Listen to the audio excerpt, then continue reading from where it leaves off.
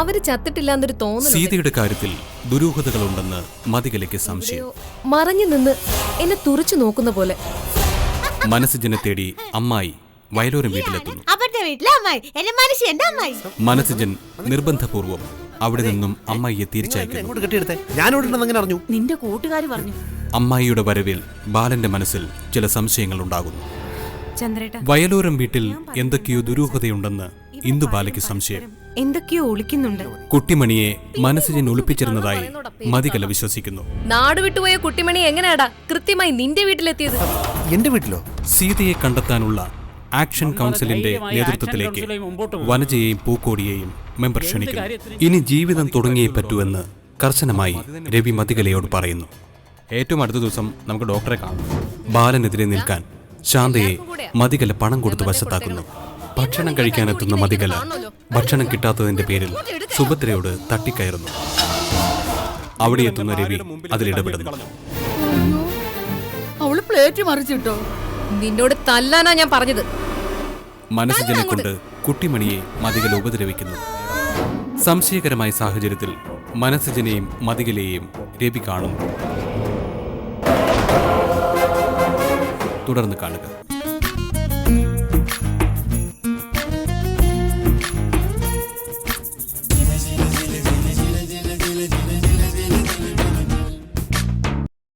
ഇനി മതിയെ ഞാൻ കോളേജിൽ കൊണ്ടുവിട്ടോളാം. അതെന്തിനാ? വേറൊന്നും കൊണ്ടല്ല, എന്റെ ആഗ്രഹമല്ലേ മതി. അതൊക്കെ എന്റെ അവകാശങ്ങളല്ലേ. ഞാൻ മതിയിൽ നിന്ന് അകന്നു നിൽക്കുന്നു എന്നൊരു തോന്നൽ. എന്റെ ചെക്ക, എന്തിനാ ഇങ്ങനെ സില്ലിയാവുന്നത്? ഈ ജന്മം മുഴുവൻ ഞാൻ എന്റെ രവിയേട്ടന്റേതല്ലേ. പിന്നെ നമ്മുടെ ഈ വഴക്കുകളൊക്കെ സ്നേഹ കൂടുതലുണ്ടല്ലേ. നമ്മുടെ ഡ്രൈവർ മനസ്സുജനില്ലാത്തപ്പോഴൊക്കെ എന്റെ രവിയേട്ടൻ എന്നെ കൊണ്ടുപോയി വിട്ടു. എന്താ പോരെ?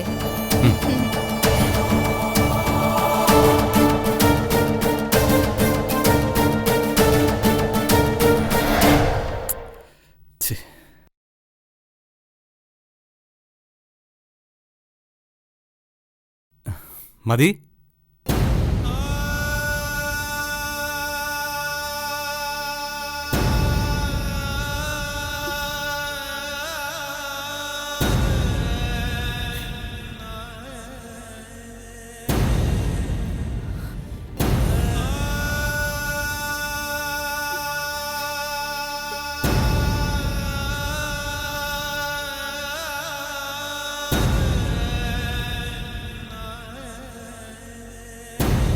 എന്റെ കൊച്ചേ, നീ ഇങ്ങനെ ഏട്ടൻ ഏട്ടനെന്നും പറഞ്ഞ് കരഞ്ഞ് തളർന്നു കിടന്നാൽ എങ്ങനെയാ? അവൻ വരും. വരും വരുന്ന് പറയുന്നതല്ലാതെ വരുന്നില്ലല്ലോ അമ്മായി. എടി, നിന്റെ ഓപ്പറേഷന് കാശുണ്ടാക്കാൻ ഓടി നടക്കുകയല്ലേ അവൻ. ഓ, എന്തിന്? വെറുതെ ഏട്ടൻ മനസ്വസ്ഥതയില്ലാതെ അലയുന്നതിന് എന്തെങ്കിലും പ്രയോജനം ഉണ്ടാവൂ? എനിക്കുറപ്പാ ഞാൻ ഇനി എഴുന്നേറ്റ് നടക്കത്തൊന്നുമില്ല. ദേ, അഹങ്കാര വർത്താനം പറഞ്ഞാലുണ്ടല്ലോ, വയ്യാതെ കിടക്കുകയാണെന്നൊന്നും ഞാൻ ചിന്തിക്കത്തില്ല. മോന്ത കെട്ടൊരു കുത്തു വെച്ച് തരും, പറഞ്ഞേക്കാം. ഒരു ചെറുക്കൻ ഏതോ ദേശത്ത് രാവും പകലൊന്നില്ലാതെ ഊണും ഉറക്കവും ഇല്ലാതെ നിനക്ക് വേണ്ടി ഓടി നടക്കുക. മര്യാദയ്ക്ക് പ്രാർത്ഥിച്ചോണ്ട് കിടക്കേണ്ടതിന് പകരം. അപ്പോ ഞാൻ നടക്കുമായിരിക്കും അല്ലേ അമ്മായി? പിന്നെ നടക്കാതെ പിന്നെ? എണീറ്റ് നടക്കാനായ എനിക്ക് ഒന്നുകൂടെ ഒന്ന് കോളേജിൽ പോണം. എന്നാത്തിനാ? പിന്നെ ആ കെട്ടിടത്തിന്റെ മോളിൽ നിന്ന് വീഴാനോ? അതിന് ഞാൻ വീണതല്ലോ. പിന്നെ? ഇല്ല, ഒന്നുമില്ല. വീണതല്ലെങ്കിൽ പിന്നെ എന്നതാ സംഭവിച്ചത്? നിന്നെ ആരെങ്കിലും തള്ളിയിട്ടോ? അതോ നീ തന്നെത്താനെ എടുത്തു ചാടിയോ? ഇല്ല, ഒന്നുമില്ല അമ്മായി. പണ്ടേ എനിക്ക് തോന്നിയിട്ടുള്ളതാ എന്തോ നീ ഒളിക്കുന്നുണ്ടെന്ന്. സത്യം പറ കൊച്ചേ, നിന്നെ ആരെങ്കിലും തള്ളിയിട്ടതാണോ ആ കെട്ടിടത്തിന്റെ മോളിന്ന്? അല്ല. പിന്നെ? ഒന്നുമില്ല. അത് ശരി, അപ്പൊ എന്തോ കള്ളത്തരമുണ്ട്. സാരമില്ല, അവൻ വരുമ്പോ ഞാൻ പറഞ്ഞോളാം. അയ്യോ അമ്മായി പറയല്ലേ. ഞാൻ അറിയാതെ കാല് വഴുതി വീണത് തന്നെയാ. ആ അങ്ങനെയെങ്കിൽ അങ്ങനെ. ഞാനൊന്നും പറയുന്നില്ലേ.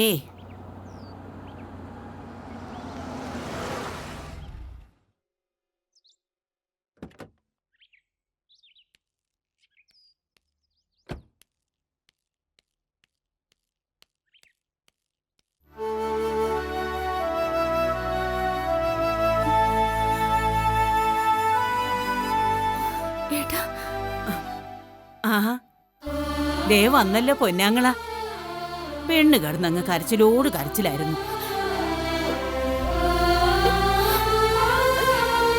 ആ ദേ പിന്നെയും കരയുന്നു. എവിടാണോ ഈ കണ്ണീരിന്റെ മോട്ടർ?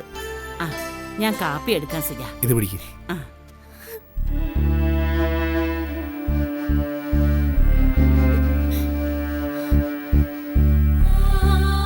എന്തിനാണ് നീ കരയുന്നേ?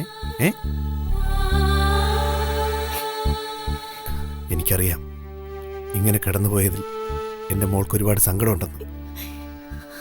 എനിക്ക് എന്നെ ഓർത്തല്ല ഏട്ടാ സങ്കടം. ഏട്ടനെ ഓർത്ത, ഏട്ടന്റെ കഷ്ടപ്പാടുകൾ ഓർത്ത. ഈ വീട്ടിൽ വന്ന് ആ കുട്ടിമണി ഏട്ടന്റെ ഭാര്യയായിരുന്നോ? ആ അങ്ങനൊരു കല്യാണം കഴിക്കേണ്ടി വന്നു. എന്നോട് പോലും പറയാതെ ഏട്ടൻ ഒരു കല്യാണം കഴിച്ചുവെന്ന് ഞാനത് പൂർണ്ണമായും വിശ്വസിക്കണോ ഏട്ടാ? കല്യാണമാണോ കല്യാണ നാടകമാണോ? എന്താ ഏട്ടാ അതിന്റെ പിന്നിലെ സത്യം? മോളെ നീ എന്തിനാ ഇങ്ങനെയൊക്കെ ചോദിക്കുന്നേ? അല്ല, വിശ്വാസം വന്നില്ല, അതുകൊണ്ടാ. ചില കാര്യങ്ങൾ അല്പം വിഷമത്തോടെയാണെങ്കിലും വിശ്വസിച്ചല്ലേ പറ്റൂ. എന്നാലും ബുദ്ധിയില്ലാത്തൊരു കുട്ടിയെ എനിക്ക് വിശ്വസിക്കാൻ പറ്റുന്നില്ല ഏട്ടാ. ഉൾക്കൊള്ളാനും പറ്റുന്നില്ല. ഏട്ടൻ പറഞ്ഞതുപോലെ കല്യാണം ശരിക്കും നടന്നതാണെങ്കിൽ അതിന്റെ അർത്ഥം എനിക്ക് പിടികിട്ടും. എന്റെ ചികിത്സയ്ക്ക് വേണ്ടി ഏട്ടന്റെ ജീവിതം വിറ്റു. പോടി അവിടുന്ന്. അവൾ വലിയ ഡയലോഗ് പറയുന്നു. മോളെ നിനക്ക് വേണ്ടിയല്ലാതെ പിന്നെ ആർക്ക് വേണ്ടിയാണ് ഞാൻ ജീവിക്കുന്നത്? എനിക്ക് നീയും നിനക്ക് ഞാനും, അത് മാത്രമായിരുന്നു നമ്മുടെ ലോകം. ഇപ്പോൾ അവിടെ ഒരാൾ കൂടിയുണ്ട്, ഒരു പാവം കുട്ടിമണി. നീയും സ്നേഹിക്കണ അവളെ. ഏട്ടന് ശരിക്കും ഇഷ്ടവാ ആ കുട്ടിമണിയെ, അല്ലേ? ആ ഇഷ്ടപ്പെട്ടു പോവും ആരും. ആ അടുത്ത ആഴ്ച എന്തായാലും എൻ്റെ മോളുടെ ഓപ്പറേഷനാ. അത് കഴിഞ്ഞ് നീ എണീറ്റ് നടക്കും. എനിക്ക് നടക്കാൻ പറ്റൂ ഏട്ടാ? നീ നടക്കൂടി. ഏട്ടന്റെ കൈ പിടിച്ച് തന്നെ നടക്കും. പണ്ടും ഏട്ടന്റെ വിരൽ തൂങ്ങിയല്ലേ നീ നടക്കാൻ പഠിച്ചിട്ടുള്ളത്. ശിവയോട് ഞാൻ വരാൻ പറഞ്ഞിട്ടുണ്ട്. ചില കാര്യങ്ങൾ അവനെ പറഞ്ഞ് ഏൽപ്പിക്കണം.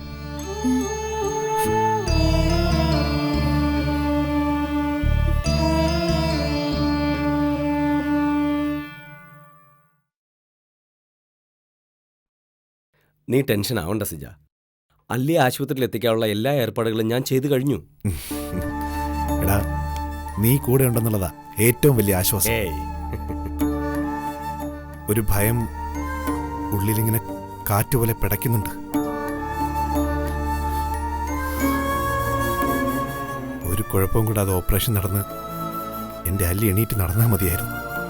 ഏട്ടാ, ഏട്ടൻ ആരെ ഈ ഭയക്കുന്നത്? ഓപ്പറേഷൻ നടക്കുമെങ്കിൽ നടക്കട്ടെ ഏട്ടാ. എന്റെ ഏട്ടൻ അതോർത്ത് ഇങ്ങനെ ഉരുകാതെ. എല്ലാം ശരിയായി വരും സിജ, ഉറപ്പ്. എല്ലാം നടന്നെങ്കിലേ ഞാൻ നടന്നെന്ന് വിശ്വസിക്കൂ ശിവ. എന്നും കപ്പിനും ചുണ്ടിനും ഇടയിൽ വെച്ച് ജീവിതം കൈമോശം വന്നു പോയിട്ടുള്ളവനെ ഞാൻ. നിനക്കറിയാലോ ശിവ എൻ്റെ ജീവിതം. 15ാമത്തെ വയസ്സിൽ തുടങ്ങിയ ഓട്ട. മരുന്നിനും മറുതുണിക്കും ഭക്ഷണത്തിനും കഷ്ടപ്പെടേണ്ട ഒരവസ്ഥ.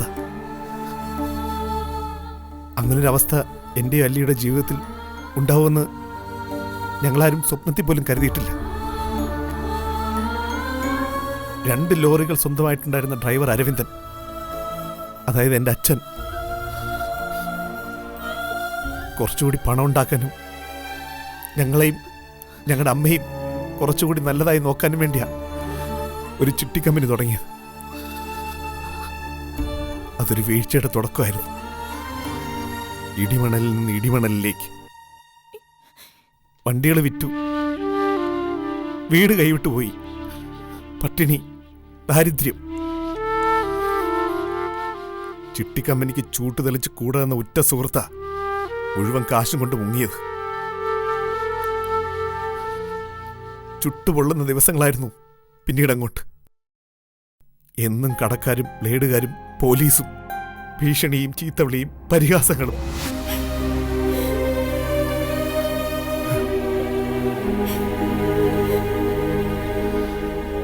ആരുടെയും മുമ്പിൽ തലകുനിച്ചിട്ടില്ലാത്ത എൻ്റെ അച്ഛൻ കടക്കാരുടെ മുമ്പിൽ കൈകൂപ്പി കരയുന്നത് ഞാൻ കണ്ടിട്ടുണ്ട്. സിജ, ദിവസം ഒരു തവണയെങ്കിലും മനസ്സിലേക്കെല്ലാം എരിച്ചുകയറി വരും. ഒരു ദിവസം വീട്ടിൽ ഭയങ്കര ആഘോഷമായിരുന്നു.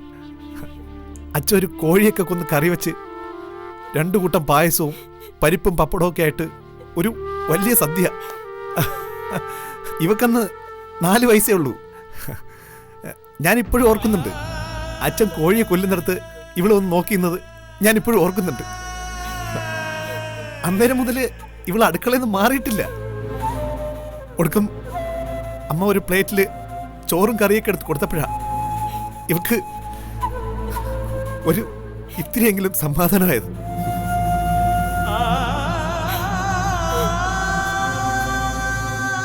ദാരിദ്ര്യത്തിനിടയ്ക്ക് വന്നൊരു ഓണം, അതായിരുന്നു ആ ദിവസം. അന്ന് സന്ധ്യയ്ക്ക് അച്ഛനും അമ്മയും ഞങ്ങളെ കൊണ്ട് അമ്പലത്തിൽ പോയി. പിറ്റേന്ന് വെളുപ്പിന് അവരെന്നെ വിളിച്ചുണർത്തി അത്യാവശ്യമായിട്ട് തേനി വരെ പോവാണെന്ന് പറഞ്ഞു. കുറച്ച് കാശ് കിട്ടാനുണ്ട്, അത് കിട്ടിയ ഒന്ന് പിടിച്ചു നിൽക്കാമെന്നും പറഞ്ഞു.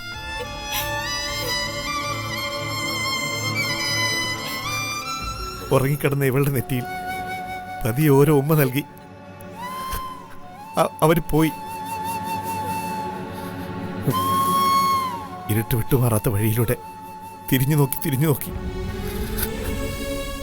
എൻ്റെ അമ്മയുടെയും അച്ഛൻ്റെയും ചിത്രം ഇപ്പോഴും എൻ്റെ കണ്ണിലുണ്ട്. ശിവ, ഏട്ടാ മതി.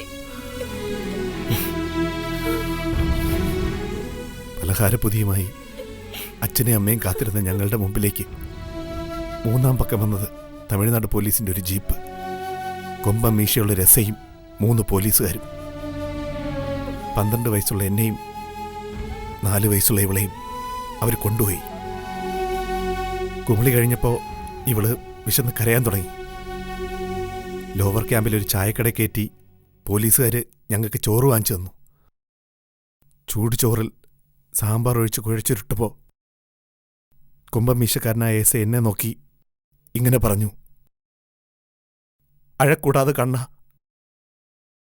ഉന്നോട് എനിക്കൊരു മുഖ്യമായ മാറ്റർ ചൊല്ല വേണ്ടോന്ന്. തമിഴിനസയ്ക്ക് പറയാനുണ്ടായിരുന്നു മുഖ്യമായ മാറ്റർ ഇതായിരുന്നു. തേനിയിലൊരു ലോഡ്ജിൽ മുറിയെടുത്ത 2 മലയാളികൾ അവിടെ വിഷം കഴിച്ച് ആത്മഹത്യ ചെയ്തെന്ന്. ഒരു അരവിന്ദനും സത്യഭാമയും ഞങ്ങളുടെ അച്ഛനും അമ്മയും.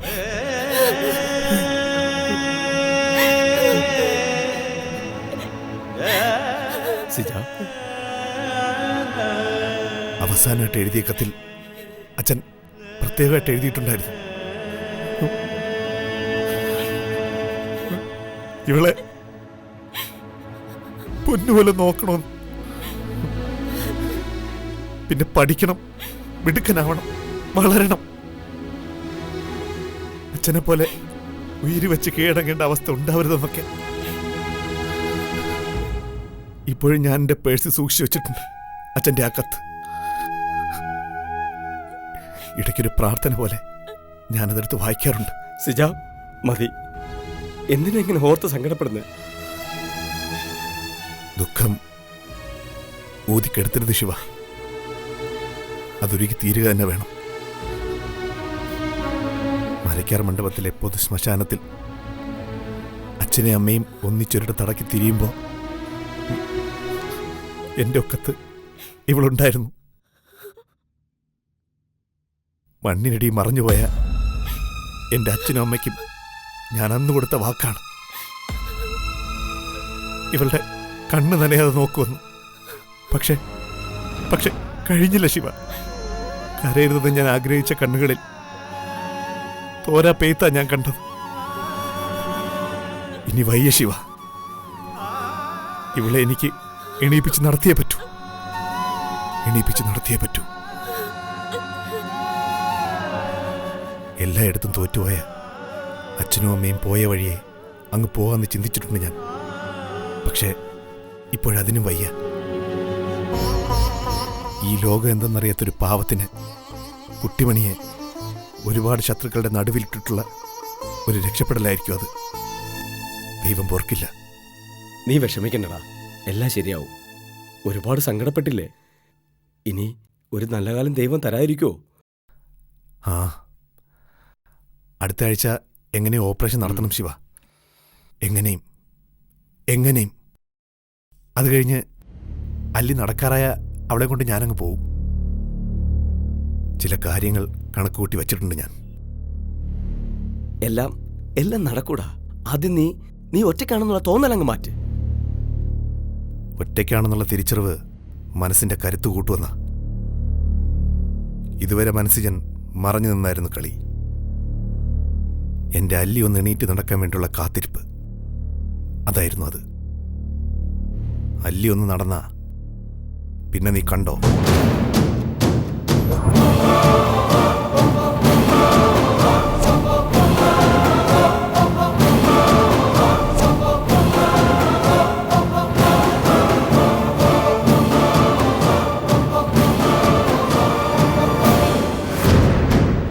പിന്നെ കരയാൻ പോകുന്നത് മറ്റു പലരും ആയിരിക്കും.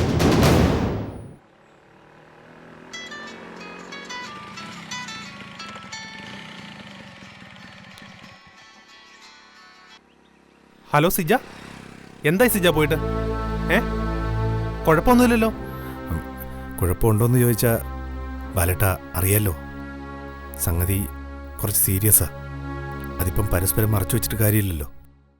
പിന്നെ കാശിൻ്റെ ഇഷ്യൂ, അതായിപ്പോൾ 10-12 ലക്ഷം രൂപ എന്നൊക്കെ പറഞ്ഞാൽ ഓർത്തിട്ട് തന്നെ പേടിയാവുന്നു. എന്തെങ്കിലും വഴിയായോ സിജ? നോക്കുന്നുണ്ട് ബാലേട്ട. ഞാനും ശ്രമിക്കുന്നുണ്ട് സിജ. നമുക്ക് എന്തെങ്കിലും ഒരു വഴി നോക്കാം. അയ്യോ ബാലേട്ട, ബാലേട്ടനും കൂടി അതിൻ്റെ പേരിൽ ടെൻഷൻ അടിക്കണ്ട. ഈ മനസ്സിൻ്റെ കൂടെ ഉണ്ടല്ലോ, എനിക്കത് മതി ബാലേട്ട. ശരി സിജ, ഞാൻ വൈകിട്ട് വിളിക്കാം.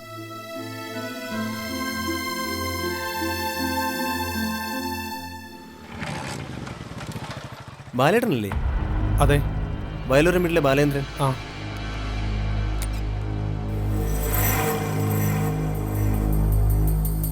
ഈ മനസ്സിജൻ എന്ന് പറയുന്ന ആള് നിങ്ങളുടെ ആരാ?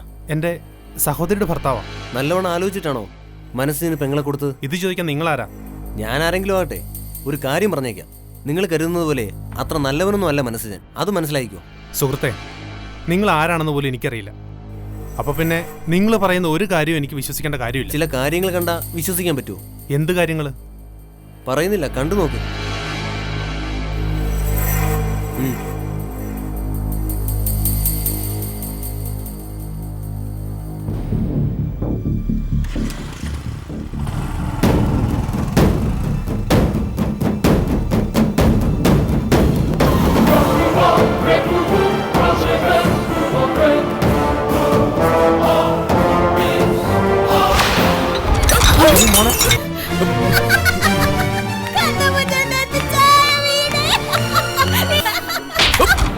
ഒരു മുഴു ഭ്രാന്തിയാണോ നിങ്ങൾ എന്റെ മുന്നിൽ വേഷം കെട്ടിച്ചുകൊണ്ട് നിർത്തിയത്?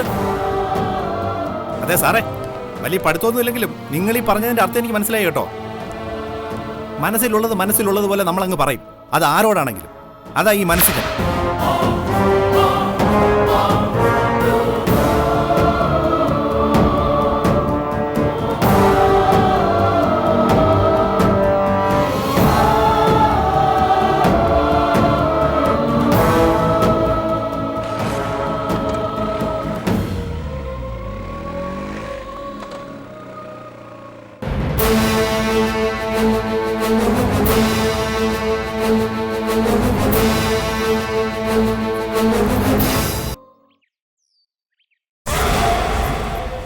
എന്താ ബാലേട്ട ഇത്? സിജൻ അത് തുറന്നു നോക്കും.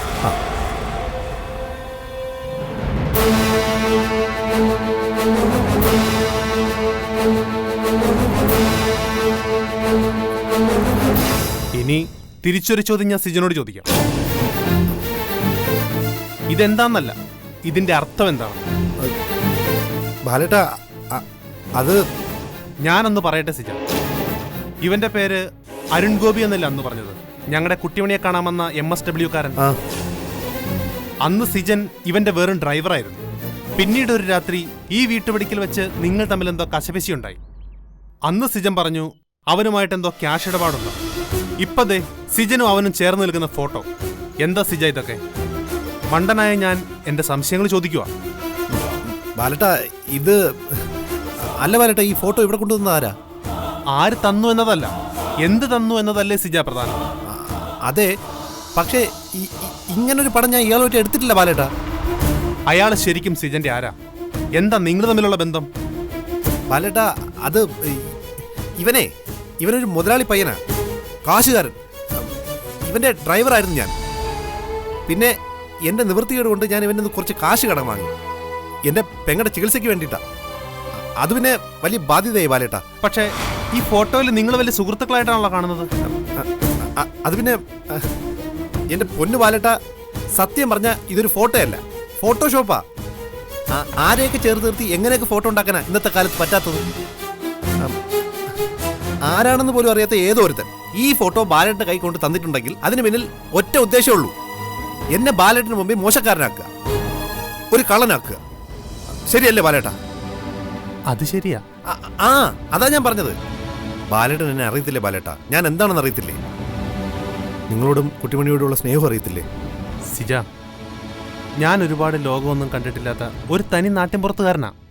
എന്നെ സംബന്ധിച്ചിടത്തോളം ഒളിപ്പിക്കുന്ന സത്യങ്ങൾ കള്ളങ്ങളാണ്. ഒപ്പം കഴിഞ്ഞവൾ ഒരു വാക്കുപോലും മിണ്ടാതെ പോയതിൻ്റെ നീറ്റൽ ഇപ്പോഴും ഈ നെഞ്ചിൽ നിന്ന് മാറിയിട്ടില്ല. സിജനെ ഞാൻ കാണുന്നത് എൻ്റെ കൂടപ്പുറപ്പായിട്ടാണ്. സിജൻ എന്നോട് എന്തെങ്കിലും ഒളിപ്പിച്ചു എന്നറിഞ്ഞാൽ എനിക്ക് സഹിക്കില്ല. ഒന്നുമില്ല ബാലേട്ട, ഞാൻ കള്ളം പറയത്തില്ല ബാലേട്ട, ഞാൻ പറയുന്നത് സത്യമാ. ഞാൻ വിശ്വസിക്കുക സിജനെ. സിജൻ ഇതുവരെ പറഞ്ഞതെല്ലാം സത്യമാണെന്ന് വിശ്വസിക്കുക ഞാൻ. പക്ഷേ സിജൻ എന്നോട് പറഞ്ഞതിൽ എന്തെങ്കിലും ഒരു കള്ളമുണ്ടെന്ന് തോന്നിയാൽ പിന്നെ സിജൻ പറഞ്ഞതെല്ലാം കള്ളമാണെന്ന് ഞാൻ കരുതുന്നു.